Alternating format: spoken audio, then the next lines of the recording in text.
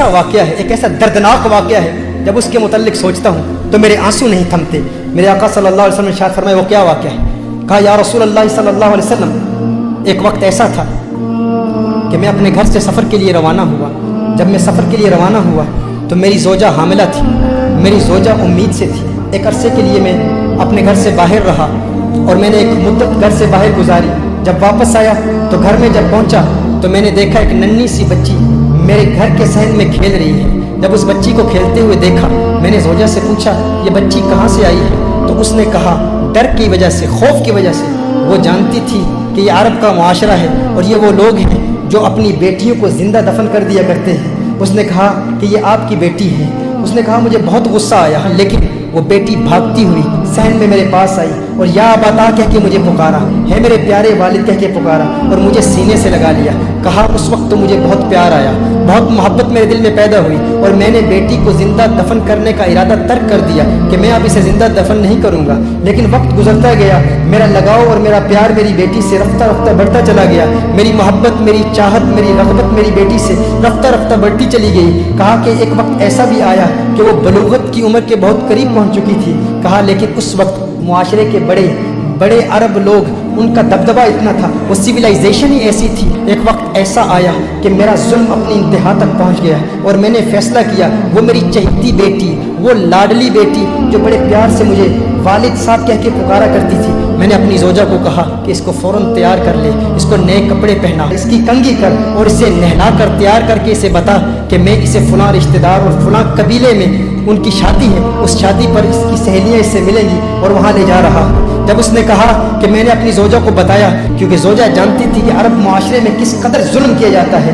وہ اس کی کنگھی کر رہی تھی، اس کے بال سنوار رہی تھی، لیکن میری زوجہ کی آنکھوں سے اشکوں کی برسات جاری ہو گئی، بہت رو رہی تھی میری زوجہ۔ اور بچی نے بڑے پیار سے پوچھا ہے میری والدہ، ہے میری ماں، آپ کیوں رو رہی ہیں؟ اس والدہ نے بتایا نہیں، کیونکہ وہ والدہ جانتی تھی اگر بتا دیتی تو والد والدہ کو بھی قتل کر دیتا، معاشرہ ایسا تھا۔ میری زوجہ نے میری بیٹی کو تیار کیا، تیار کر کے جب وہ دروازے پر آئی تو میری زوجہ نے ایک جملہ کہا، اس نے کہا یا رجل لا تضيع الامانہ، یا رجل لا تضيع الامانہ۔ اور اس نے ڈرتے ہوئے کہا ہے مرد، اللہ کی امانت کو ضائع نہ کرنا، ہے انسان یہ اللہ کی امانت ہے، اسے ضائع نہ کرنا، اسے برباد نہ کرنا۔ اس نے کہا روتے ہوئے، میری زوجہ نے جب یہ جملہ کہا تو میری ننھی بچی بھی یہ جملہ سن رہی تھی، وہ بھی ان باتوں کو سن رہی تھی۔ کہا میں نے بچی کی انگلی پکڑ کر میں بچی کو اپنے ساتھ لے گیا، ایک صحرا میں لے گیا۔ بچی پوچھ رہی ہے، اب یہ 3 احادیث، 3 مختلف روایات کا نچوڑ آپ کی بارگاہ میں پیش کر رہا ہوں۔ وہ کہتے ہیں میری بچی بار بار پوچھتی ہے میرے والد صاحب، جس قبیلے میں آپ مجھے لے جانے والے تھے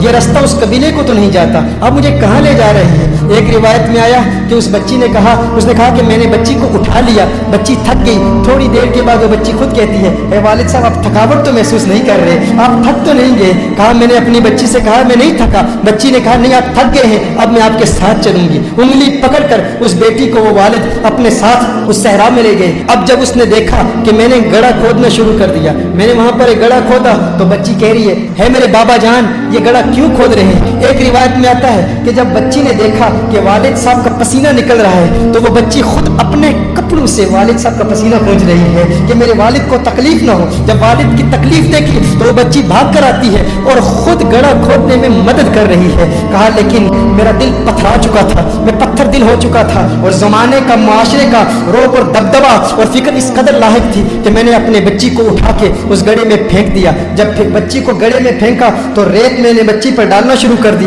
ایک روایت میں آتا ہے کہ بچی نے والد کا ہاتھ پکڑ لیا، کہا ہے میرے والد کیا آج تو مجھ پر وہی ظلم کرے گا جو عرب لوگ اپنی بچیوں پر کرتے ہیں؟ کہ آج وہی ظلم کرے گا؟ میری ایک التجا ہے، میری ایک تمنا ہے، اے میرے والد صاحب ایک آرزو ہے، آج تو مجھے مار رہا ہے لیکن میری ایک خواہش ہے، میری والدہ کو نہ بتانا کہ تو نے مجھے قتل کیا تھا، کہنا کہ اسی قبیلے کے لوگوں میں اپنی بیٹی کو چھوڑ آیا۔ ایک وقت ایسا بھی آیا کہ میری داڑھی پر اس ریت کا غبار میری داڑھی پر تھا، بچی اپنے ہاتھوں سے اپنے والد کی داڑھی بھی صاف کر رہی تھی، اس کو اپنے والد کی داڑھی پر جو غبار تھا وہ اچھا نہیں لگتا تھا۔ کہا لیکن میرا ظلم اپنی انتہا تک پہنچ چکا تھا۔ اور آخری جملہ اس بچی نے کہا ہے میرے والد آپ کو یاد ہے جب میں گھر سے باہر نکلی تھی تو ماں نے کیا کہا تھا؟ یا رجل لا تدعی الامانہ، اللہ کی امانت کو ضائع نہ کرنا۔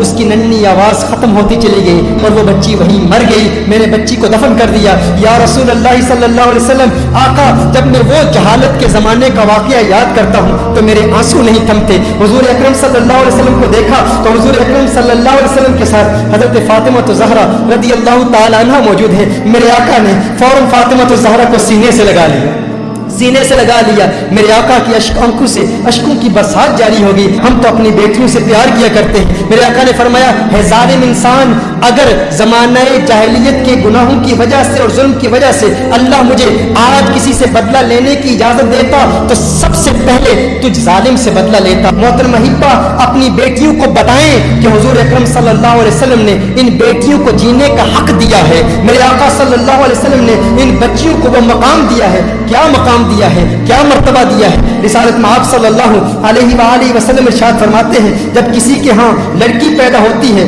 تو اللہ تعالیٰ اس کے گھر فرشتوں کو بھیجتا ہے۔ آج آپ دیکھیں، آپ کے گھر بیٹی پیدا ہو جاتی ہے، آپ پریشان ہو جاتے ہیں۔ دو بیٹیاں پیدا ہو جاتی ہیں، آپ پریشان ہو جاتے ہیں، کیونکہ بیٹوں پر ہم فخر کرتے ہیں۔ میرے آقا صلی اللہ علیہ وآلہ وسلم ارشاد فرماتے ہیں، جب اللہ تعالیٰ کسی کو بیٹی عطا کرتا ہے، لڑکی عطا کرتا ہے تو اس کے گھر فرشتوں کو بھیجتا ہے۔ فرشتے آ کر کہتے ہیں، ہے گھر والوں تم پر سلامتی ہو۔ پھر فرشتے اپنے پر بچھا دیتے ہیں، اپنے پروں کے سائے میں اس بچی کو لے لیتے ہیں اور اپنے ہاتھ اس بچی کے سر پر پھیرتے ہیں، اور پھر فرشتے کہتے ہیں کہ یہ ناتواں کمزور جان ہے، جو اس ناتواں کمزور کی پرورش کرے گا قیامت تک اللہ کی مدد اس کے شامل حال رہے گی۔ میرے آقا صلی اللہ علیہ وسلم نے ارشاد فرمایا، بیٹیوں کو برا مت کہا کرو، تم دیکھتے نہیں میں محمد عربی بھی بیٹیوں والا ہوں، تم دیکھتے نہیں میں بھی بیٹیوں والا ہوں۔ بے شک بیٹیاں تو بہت محبت کرنے والی، غم گسار اور بہت زیادہ مہربانی کرنے والی ہوتی ہیں۔ ایک حدیث میں میرے آقا صلی اللہ علیہ وسلم نے ارشاد فرمایا، جس شخص پر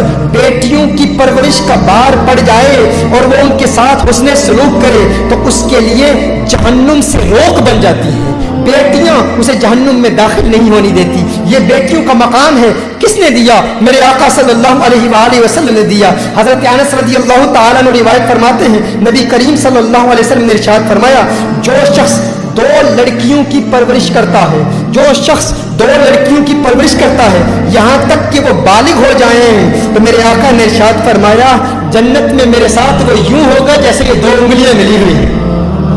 اگر جنت میں آقا کی صحبت، آقا کی خدمت میں رہنا چاہتے ہو، آقا کے قریب رہنا چاہتے ہو تو بیٹیوں کی پرورش کرو۔ شارحین فرماتے ہیں، حضور نے دو لڑکیاں فرمایا، دو بیٹیاں نہیں، یعنی اگر کوئی دو بیٹیوں کی پرورش کرے یا دو بہنوں کی پرورش کرے اور شریعت مطہرہ کے مطابق کرے اور وہ ان کی آنکھوں کے سامنے بالغ ہو جائیں، ان کے حقوق ادا کرے تو جنت میں وہ حضور اکرم صلی اللہ علیہ وسلم کے ساتھ ہوگا۔ یہ مقام میرے آقا صلی اللہ علیہ وآلہ وسلم نے عورت کو دیا۔